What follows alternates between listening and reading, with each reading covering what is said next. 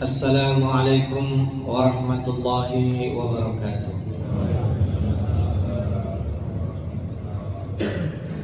Bismillahirrahmanirrahim. Alhamdulillahilladzi hadana lil Islam wa akramana bil iman wa faddalana bir risalati wal Qur'an. Allahumma salli wa sallim wa barik ala sayyidi ahli al-jinan Nabiyyina Karim Muhammadin sallallahu alaihi wasallam wa ala alihi wa ashabihi wa man tabi'ahu bi ihsan. Amma ba'd. Asatidzah, para guru, bapak-bapak hadirin sekalian yang berbahagia, alhamdulillah di pagi hari ini Allah perkenankan kita menjemput hidayahnya, memanfaatkan waktu yang Allah berikan kepada kita. Karena setiap subuh Allah SWT memberikan harapan baru. Wasubhi idza tanaffasa, demi waktu subuh ketika menyingsing, ketika bernafas. Mudah-mudahan nafas baru yang Allah berikan menjadi saksi baik nanti di hadapan Allah SWT. Yang kedua, di momen ini mari kita juga mendoakan orang tua kami, orang tua kita, ketua DKM kita yang hari Jumat lalu sudah dipanggil oleh Allah, almarhum Bapak Haji Muhammad Nur. Kita doakan mudah-mudahan amal baik, jasa baik beliau ketika masih hidup Allah terima sebagai pembalas amal baik. Khilafan kesalahannya mudah-mudahan Allah ampuni, Allah limpahi rahmat dan maghfirahnya. Amin Allahumma. Dan itulah kehidupan. Dalam hidup kita ada yang datang dan ada yang pergi. Sebagai penguat ma'nawiyah, kami kehilangan ayah, tapi alhamdulillah hari-hari ini dibersamai ayah kami, Bapak Marhaban, alhamdulillah datang bersamai kami. Mudah-mudahan kita juga demikian merasakan karomah orang tua, baik ketika masih ada ataupun ketika beliau sudah tidak ada bersama kita. Baik hadirin sekalian, pada kesempatan kali ini kita lanjutkan takrir kitab Tazkiyatun Nufus yang sudah kita selesaikan pembahasan tentang manfaat muhasabatun nafs. Kita geser di halaman 81, kita akan membahas as-sabru dan beberapa hal yang terkait dengannya. Nanti ada macam-macamnya, ya, ada makna dan hakikatnya.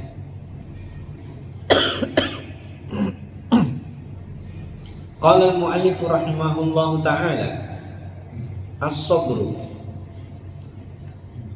Inna Allah subhanahu ja'ala as-sabra jawadan la yakbu wa sariman la yanbu wa jundan ghaliban la yuhzamu wa hisnan hasinan la yuhdamu fahuwa wan nasru akhawani syaqiqani wa qad madaha Allah azza wa jalla fi kitabihi as-sabirin wa akhbara annahu yu'tihim ajrahum. Itu ada salah cetak, bi ghairi hisab. Wa akhbara annahu ma'ahum bi hidayatihi wa nasrihi al-aziz wa fathihi al-mubin. Faqala ta'ala wasbiru innallaha ma'as sabirin. Hadirin sekalian, as-sabru, kesabaran itu apa? Nanti maknanya belakangan akan dijelaskan.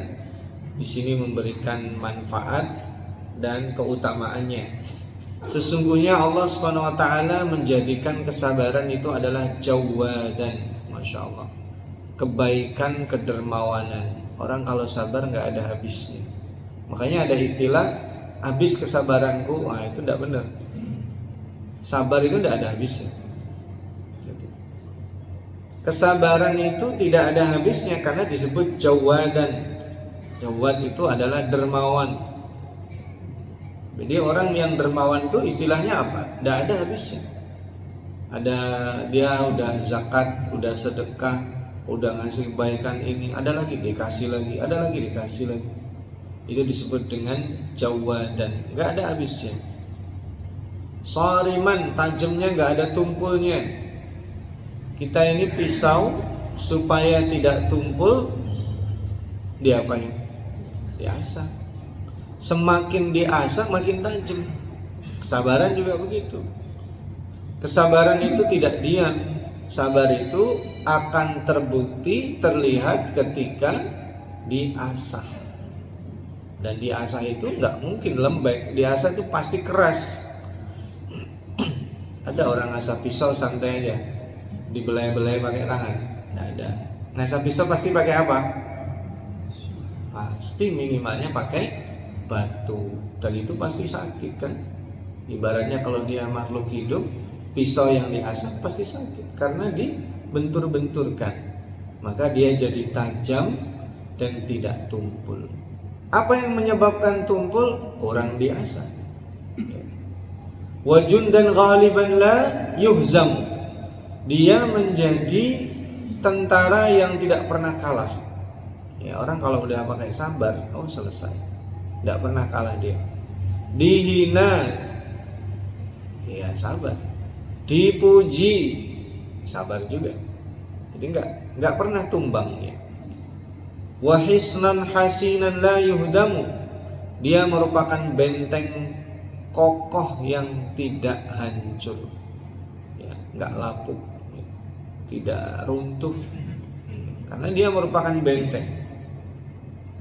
Fahuwa wan nasru, kesabaran dan kemenangan, akhwani syaqiqani, adalah dua kakak beradik atau dua saudara kandung. Allah SWT banyak memuji di dalam Al-Quran as-sabirin. Wa akhbara annahu yu'tihim, maka Allah memberitahu bahwa pahala orang bersabar itu bighairi hisab. Di sini ada baik. Kalau di sini nggak disebutkan, Bapak hadirin sekalian bisa buka surat Az-Zumar ayat 10. Oh, di sini nggak disebutin. Di surat Az-Zumar ayat 10 Allah berfirman apa? Innama yuwaffas sabiruna ajrahum bighairi hisab.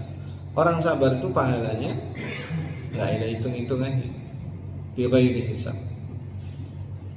Karena nominalnya biasanya kan orang melakukan satu kebaikan Allah balas 10. Ada hitung-hitungannya. Kita sholat di Masjidil Haram maka lebih baik dari sholat 100.000. Kita sholat di Masjid Nabawi, kita sholat di Masjidil Aqsa, ya, sholat dan seterusnya. Tetapi untuk kesabaran tidak ada batasnya. Allah kasih balasannya itu bi ghairi hisab. Karena kesabaran itu cocok untuk semua kesempatan. Selama ini yang namanya sabar kita pahami saat kita mendapatkan musibah, seperti meninggalnya orang yang kita cintai, perlu sabar. Iya, pasti. Tapi saat kita mendapatkan harta, perlu sabar juga. Sederhana Bapak, kita biasa dapat harta misalnya di angka 1, 2, atau 3. Tahu-tahu dapat harta 10 kali lipat, 10, 20, atau 30. Sabar. Kalau orang tidak sabar, wah, jadinya dia bisa sombong, bisa lalai. Apaan aja dibeli. Ya, orang baru tumben megang duit banyak, ya kan? Nggak tahan beli bakso tanggung 1-2 mangkok, segerobak-gerobaknya dibeli sama dia. Padahal dia nggak perlu tuh sama gerobaknya. Panggil aja tetangganya, bagi-bagi saudara tetangga. Jadi yang namanya sabar itu juga sabar dalam menerima kebaikan. Diberhentikan dari pekerjaan, sabar pasti. Diangkat sebagai pejabat, ya, diangkat sebagai pejabat, ya harus sabar. Orang meniti karir, sabar. Dia ada di lantai 10, ya harus dia sabar. 1, lantai 2, lantai 3, dia harus naiknya sabar. Sabar itu bukan hanya menahan beban, ya, nahan beban. Dia harus sabar, kuat. Tapi sabar juga adalah melepas beban. Kenapa? Kalau salah-salah melepas beban, menjadi beban orang lain. Kan kita begitu, minta tolong sama orang, ditolongin, ya. Tapi yang kita mintain tolong malah jadi tolong-tolong. Kenapa? Karena bebannya kita pindahin dari kita ke dia. Itu nggak sabar juga, nggak bagus juga. Kita punya beban 10, ada orang nolong, ya kalau kita kuat, ya terima kasih, itu dia memberi perhatian udah cukup. Tapi kalau seandainya kita mau, kita bagi dia, kita punya beban 10, bisa bantu ya, silakan bantu 1 atau 2. Ini enggak, ini betulan nih ada yang bantu, ini 10 aja dah, ambil deh tuh beban. Nah itu tidak sabar juga, karena memindahkan beban kita kepada orang lain. Jadi ini luar biasa sabar. Makanya dikatakan sabar itu tidak terkalahkan. Makanya Allah mengatakan apa tadi, dipuji, wasbiru innallaha ma'as sabirin, sabarlah sesungguhnya Allah bersama orang yang sabar. Bagaimana penjelasannya? Fadhafara as-sabiruna bihadhihi al-ma'iyyati bi khairid dunya wal akhirah wa fazu biha bi ni'amihi al-batinati wal zahirah wa ja'ala subhanahu al-imamata fid din manutatan bis-sabri wal yaqini.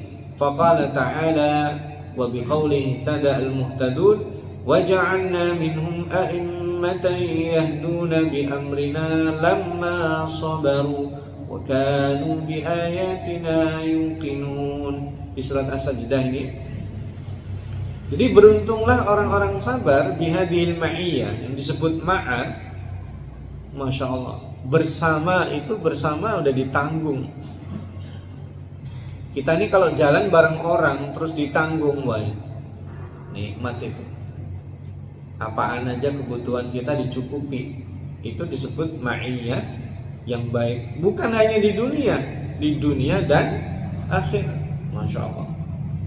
Bayangkan di dunia saja, kita ini kalau bersama sama orang, diajak bareng pergi, yuk saya ajak bareng, udah nggak usah mikir transport, makan, nginep, saya yang tanggung. Gimana tuh kalau kita diajak sama orang kayak gitu? Seneng nggak? Seneng. Nah orang sabar kayak gitu. Di dunia saja, bukan siapa-siapa teman kita, saudara kita atau siapalah, ngajak kita ditanggung semuanya, kita aja seneng.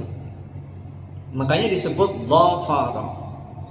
Wafazu, dan juga mereka menang, mendapatkan kemenangan, ketenangan karena nikmatnya itu al-batinah wal-zahirah. Oh, Masya Allah, nikmat batin itu didahulukan karena itu paling utama. Mana lebih utama, enak makan atau makan enak? Enak makan atau makan enak? Makanan enak banyak. Kita lagi di rumah sakit, bisa makan? Nggak bisa. Jadi yang paling dulu adalah kita menerima siap. Itu namanya disebut dengan nikmat batin. Jadi kita kalau lagi enak makan, dikasih makanan apa aja kita papak, ya kan? Tapi lagi enak makan, kira-kira banyak nggak yang ngasih kita makan, ngirimin buah gitu? Ada nggak? Nggak ada. Umumnya orang ngirimin gitu-gituan kalau kita lagi sakit. Bingung juga ya. Kita lagi seger nggak ada yang udah makan. Kita lagi sakit dikasih buah, kirimin apa namanya, sayur lodeh, tupat sayur, apaan itu dibeliin. Dia mau apa saya beliin, ya lagi nggak bisa makan ditawar. Lagi sehat, ya, mestinya kita nawarin teman kita, ayo makan, nah, gitu. Jadi nikmat batin itu lebih utama daripada nikmat yang zahir. Makanya nikmat batin itu apa? qaulan karima, qaulan sadida, qaulan ma'rufa. Perkataan yang baik. Nikmat batin itu apa? Sedekah. Makanya sedekah itu adalah tersenyum itu adalah sedekah. Kenapa? Karena itu menghadirkan optimisme. Kata-kata baik, bersedekah, itu nikmat yang batin. Kenapa di surga itu ada nikmat anak kecil yang tidak besar-besar? Karena itu menghibur, nikmat batin. Mohon maaf, kenikmatan bidadari itu sering disebutnya sebagai kenikmatan yang sifatnya visual. Padahal sebenarnya bukan hanya itu. Bidadari yang Allah janjikan itu ya termasuk istri-istri kita dan juga perempuan lain yang Allah ciptakan di sana. Karena di dunia itu sulit. Di dunia sekalipun boleh, Bapak berani nikah lebih dari satu? Berani, Pak? Udahlah, nggak usah. Cari aman aja, Pak. Tapi kalau di sana diberi kenapa? Jaminan, nggak akan ada masalah. Nikmat batin di situ. Tidak ada lagi secara fisik istri kita nggak ada kotorannya, nggak ada, mohon maaf, termasuk diri kita nggak ada bau badannya, enak dipandang, kata-katanya baik, ya, dan seterusnya. Itu nikmat batin sebelum nikmat fisik. Apa yang membedakan antara orang yang berzina dengan menikah? Hilang nikmat batinnya. Nikmat mencintai, dicintai, bertanggung jawab itu tidak ada. Karena adanya kenikmatan transaksional. Kenikmatan transaksional itu bedanya manusia dengan hewan adalah kenikmatan batin. Kenikmatan transaksional apa? Udah ya, udah milih saya, udah selesai, saya udah bayar, udah. Akhirnya dia berkuasa menzalimi. Kenapa? Karena transaksional. Tapi pemimpin yang amanah, kita memberikan amanah kepada dia itu dengan harapan dan ibadah. Maka saat dia mendapatkan amanah dari rakyatnya, itu juga tunaikan dengan nikmat batinnya. Ini orang milih saya bukan karena kaya, bukan karena terkenal, karena mereka menaruh harapan kepada Allah, setelah itu kepada saya. Maka dia menunaikannya dengan nikmat batin tadi itu. Ya, sabar. Dan dijadikan oleh Allah al-imamata fid din, kepemimpinan itu manutatan bis sabri wal yakin. Nah, orang yang sabar dan yakin nanti jadi pemimpin. Ini makanya di surat As-Sajdah Allah sebutkan wa ja'alna minhum a'immatan yahduna bi amrina lamma sabaru. Insyaallah orang sabar. Orang tidak sabar susah jadi pemimpin. Ada itu susah jadi pemimpin lama itu ya, lama tapi nggak baik. Kalau kita pikir-pikir, Masya Allah, Umar bin Abdul Aziz itu memerintah cuman 2,5 tahun, Bapak. 2,5 tahun dia jadi khalifah. Sebelumnya jadi gubernur Madinah, setelah itu jadi khalifah 2,5 tahun. Tapi 2,5 tahun dia memimpin, itu lembaga amil zakat Baitul Mal Muslimin di kota Madinah, ketika menyalurkan bantuan kagak ada yang mau nerima, saking makmurnya. Diketok pintu, kami mau ngasih zakat, ngasih sedekah. Jawabannya apa? Oh, terima kasih, kami nggak menerima karena kami sudah menyalurkan zakat, udah ngasih zakat. Ketuk satu pintu, tidak ada satu rumah pun yang mau menerima zakat, bukan karena gengsi, karena mereka udah makmur. Bayangkan 2,5 tahun saja itu selesai kemakmuran. Sederhana, program utamanya banyak ya, tapi yang sering beliau lakukan adalah menikahkan anak-anak muda. Jadi Umar bin Abdul Aziz ini kalau ketemu anak muda, dia selalu tanya, kamu udah nikah belum? Gak boleh, dia bilang, ntar gampang. Gak bisa, jawab, udah nikah belum? Sudah, berapa anaknya? Disurvei, di assessment namanya. Kalau belum nikah, kenapa belum nikah? Gak punya modal? Nah, baik, langsung modalin. Belum nikah, kenapa? Gak ada yang mau sama saya. Oh, kenapa gak ada yang mau?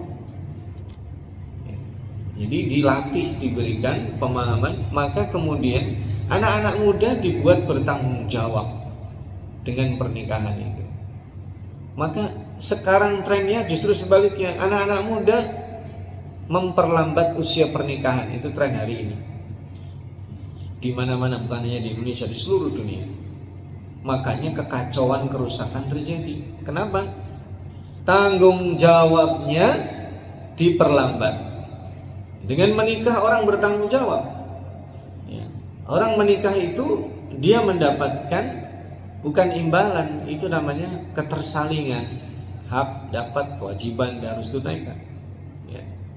Orang laki-laki dia mendapatkan hak perwalian dari ayah. Sang istrinya berpindah dari ayahnya kepada dirinya dengan pernikahan itu. Dia mendapatkan hak untuk ditaati. Ya. Ini luar biasa. Kalau ini tertunda, maka tanggung jawab juga tertunda. Nah, ini program pentingnya Umar bin Abdul Aziz luar biasa. Maka dia kemudian menjadikan keseimbangan sosial, dan kita bisa saksikan 2,5 tahun. Memang tidak memiliki kekuatan militer sebagaimana Khalifah Umayyah yang lainnya. Dia membangun kekuatan militernya dengan apa? Kestabilan sosial. Makanya menekan angka kriminalitas, kemiskinan. Nah, itu dengan salah satu programnya. Ada beberapa program lain, tapi di antara yang paling mencolok itu. Wa akhbara ta'ala anna as-sabra khairun li ahlihi muakkidan bil yamin. Faqala ta'ala wa la in sabartum lahu wa khairul lis-sabirin. Masyaallah, ini di surat 128 ini Allah sebutkan kalau kamu sabar maka kesabaran itu khairun. Masya Allah, kebaikannya nggak ada batasnya. Wa akhbara anna ma'as sabri wat taqwa la yadurru kaidal adu walau kana dha taslitin. Faqala ta'ala, di surat Ali Imran Allah berfirman, wa in tasbiru wa tattaqu la yadurukum kaiduhum syai'a innallaha bima ta'maluna muhit. Itu salah cetaknya, itu ta'malun pakai ta. Ya, kalau kalian bersabar dan kalian bertakwa, maka itu tidak akan membahayakan kamu. Kaiduhum syai'an. Kita ini kalau sabar, kalau takwa, mau apaan aja orang ingin keburukan kepada kita, nggak akan ngaruh. Coba Bapak bayangkan, Bapak ini bayangin kesabaran yang dialami saudara kita di Gaza sana, Pak. Masya Allah, 2 tahun dihancurkan kampung halamannya, dibunuhi orang-orangnya. Sudah gitu ada perjanjian damai diikutin. Kemarinan dibom lagi kan? Ya, padahal masih gencatan senjata, dibom lagi. Tapi saat mereka sabar, saat mereka bertakwa, ya nggak ngaruh itu. Kita belum siap kayak begitu ya, karena kualitas kesabaran dan ketakwaan kita di bawah mereka. Kalau kita 2 tahun digituin, nggak tahan kita. Makanya kesabaran dan takwa itu adalah 2 bagian yang tidak bisa dipisahkan. Wa'allaqal falaha bis-sabri wat taqwa, dan dihubungkan, digantungkan kebahagiaan itu dengan sabar dan bertakwa. Ya, kita bisa lihat di akhir surat Ali Imran Allah berfirmannya seperti apa? Ya ayyuhalladzina amanu isbiru wa sabiru wa rabitu wattaqullaha la'allakum tuflihun. Al-falah, kebahagiaan itu penopangnya ya sabar dan takwa. Dan disebut isbiru wa sabiru. Masya Allah. Tapi yang sabar, ya paksain sabar. Sabar dan berusaha sabarlah, itu maknanya isbiru wa sabiru. Terus sabar. Yang kita nggak tahu ya, namanya sabar itu ya ibaratnya kita gali atau kita nyari-nyari barang kita udah 2 hari nggak ketemu, ya namanya sabar, cari lagi sampai ketemu, ya namanya kesabaran. Makanya tempo hari ketika Basarnas mencari adik-adik kita yang tertimpa bangunan itu di pesantren Al-Khazini, mereka nggak putus asa cari itu dengan para ahli itu. Masya Allah, 3 hari, hari ketiga masih ada yang selamat. Yang disebut dengan golden time-nya ya. Sabaran dia cari, sabar. Sampai ada itu yang luar biasa, ya, tertimpa tangannya nggak bisa diangkat. Ya, kalau diangkat rubuh, akhirnya diamputasi kan tangannya. Dan itu dokternya juga mempertaruhkan nyawanya, dia mengamputasi selama 10 menit di bawah reruntuhan yang kalau itu runtuh ya dia ikut mati. Tapi yang namanya sabar ya harus tahan. Dibius, diamputasi, diangkat, hidup. Jadi kita lihat kesabaran itu tidak ada buruknya. Dia membuat kebahagiaan kalau sabar itu digandengkan dengan takwa, karena sabar itu kadang salah dimaknai juga. Ya. Mohon maaf, sabar itu bukan berarti, mohon maaf nih sekali lagi, bukan berarti kita kalau ditempeleng di pipi kanan nih yang kiri sekalian, bukan gitu, itu nggak sabar namanya. Memang ada ajaran kayak begitu, tapi ya itu urusan agama lain lah. Tapi maknanya kalau kita ditempeleng karena kezaliman, oh jangan diamkan. Ya. Kalau ada misalnya kita sedang sekedar dikata-katain, dia dihina, ya itu tergantung kita.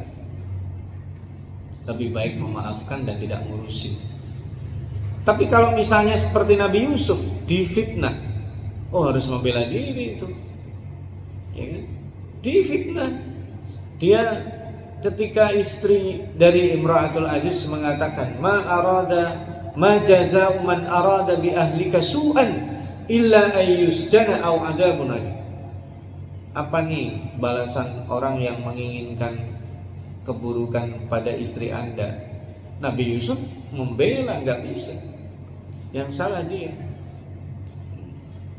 Makanya pada saat kemudian setelah dipenjara bertahun-tahun tanpa vonis, tanpa pengadilan, padahal saksi ahli sudah mengatakan dia tidak bersalah, saat mendapatkan tawaran ke istana, Nabi Yusuf gak lupa bersihin dulu nama baiknya.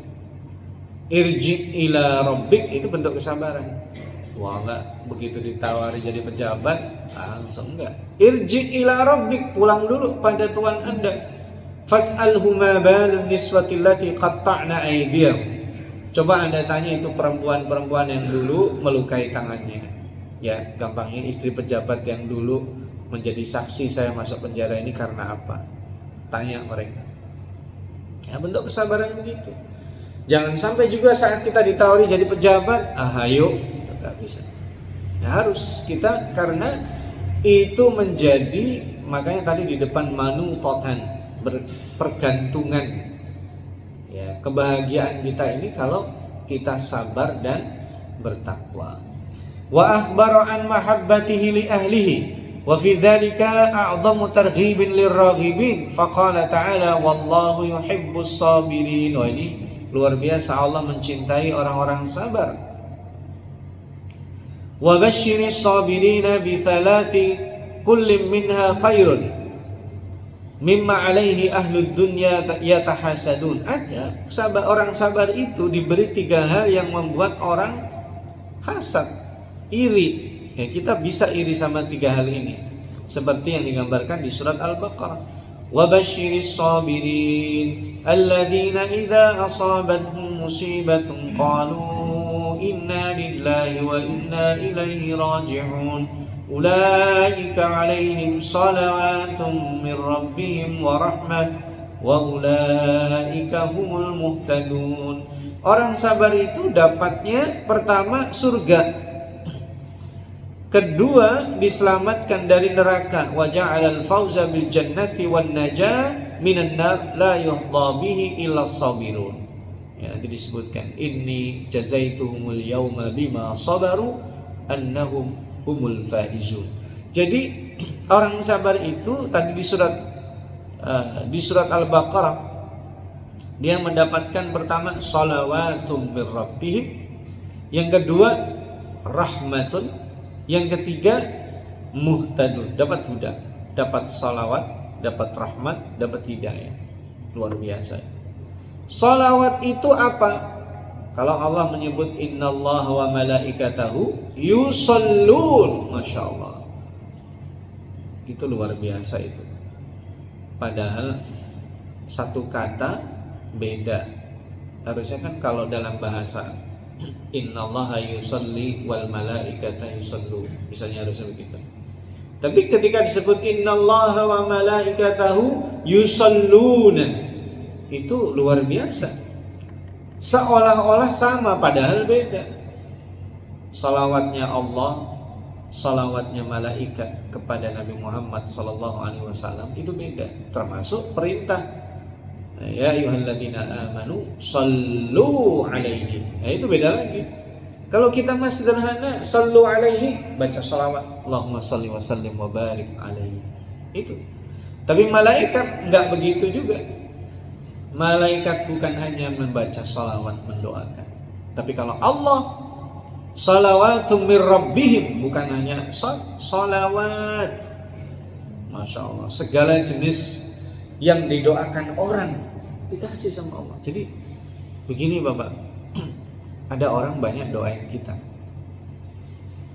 ya mudah-mudahan rezekinya berkah, mudah-mudahan sehat, mudah-mudahan ya anaknya baik-baik, solehah, mudah-mudahan habis. Banyak orang doain kita, doa untuk kita, dia minta sama Allah, dikabulkan nggak itu?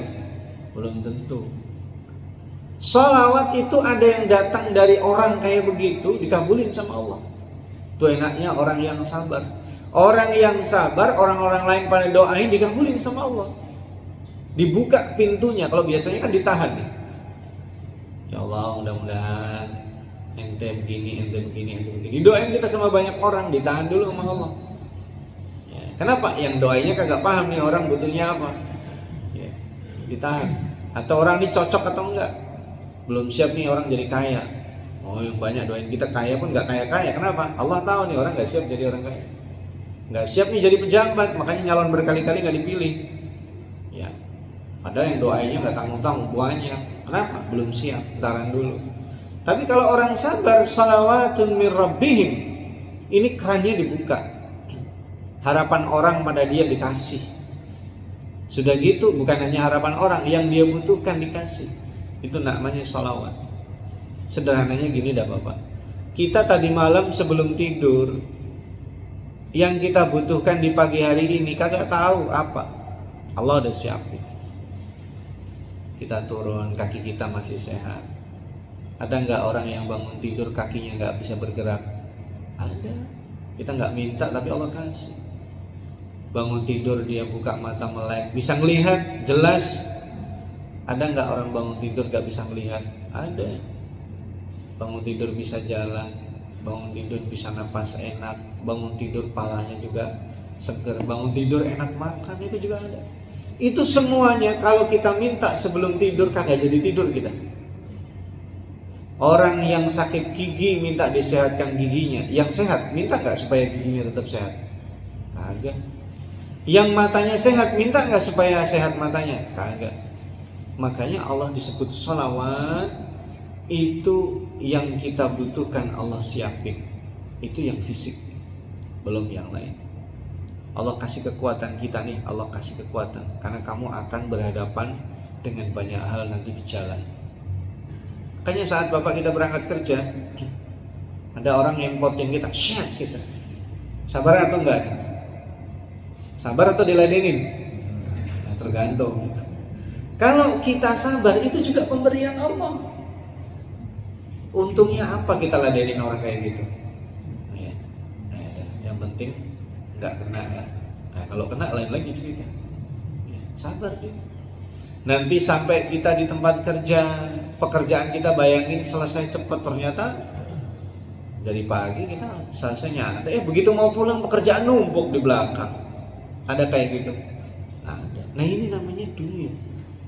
Maka salawatun min rabbihim itu kita mendapatkan luar biasa. Salawatun min rabbihim itu luar biasa. Yang kedua rahmah. kasih sayang Allah kepada kita, dan di situ semuanya menggunakan nakirah, jadi nggak ada batasnya. Dan yang paling terakhir adalah wa ulaika humul muhtadun. Ini kalau udah mendapatkan hidayah, itu kayak kita menuju suatu tempat, mencapainya efektif.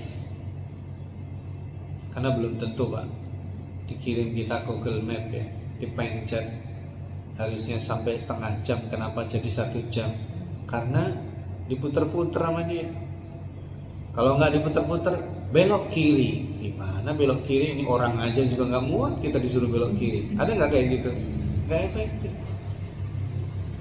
Begitu kita maju, putar balik ke situ lagi, ini gimana sih ceritanya? Karena nggak efektif. Tapi ketika Allah memberi hidayah kepada kita, apaan aja, ini kami rasakan juga itu. Biasanya kita 2-3 hari, ini enak nih, beberapa jam selesai pekerjaan. Biasanya kita belajar, susah paham, dapat hidayah, oh cepet paham. Makanya membuat kecerdasan kita terasah, salah satunya adalah kesabaran dan ketakwaan. Itu dipraktekkan sama Imam Ibnu Hajar Al-Asqalani. Orang lain udah pada pinter, udah jadi orang, udah jadi tokoh. Beliau belajar aja susah, ngafal aja susah. Suatu ketika beliau melihat ada batu ketetesan air, itu legok gitu, apa namanya? Hampir berlubang ya, nggak sampai lubang sih. Jadi ada cekungan. Dia lihat batu yang sekeras itu aja bisa, masa nih otak yang tidak seperti batu kagak bisa. Beliau belajar, makanya beliau akhirnya menjadi ulama yang kita kenal, Ibnu Hajar Al-Asqalani. Nah, Hajar artinya batu, anaknya batu. Anak batu kalau kita mah jelek, dasar anak batu. Nah, ini beda. Ibnu Hajar Al-Asqalani ceritanya kayak begitu kurang lebih. Nah, ada banyak namanya Ibnu Hajar. Baik, sampai di situ saja. Insya Allah nanti kita lanjutkan.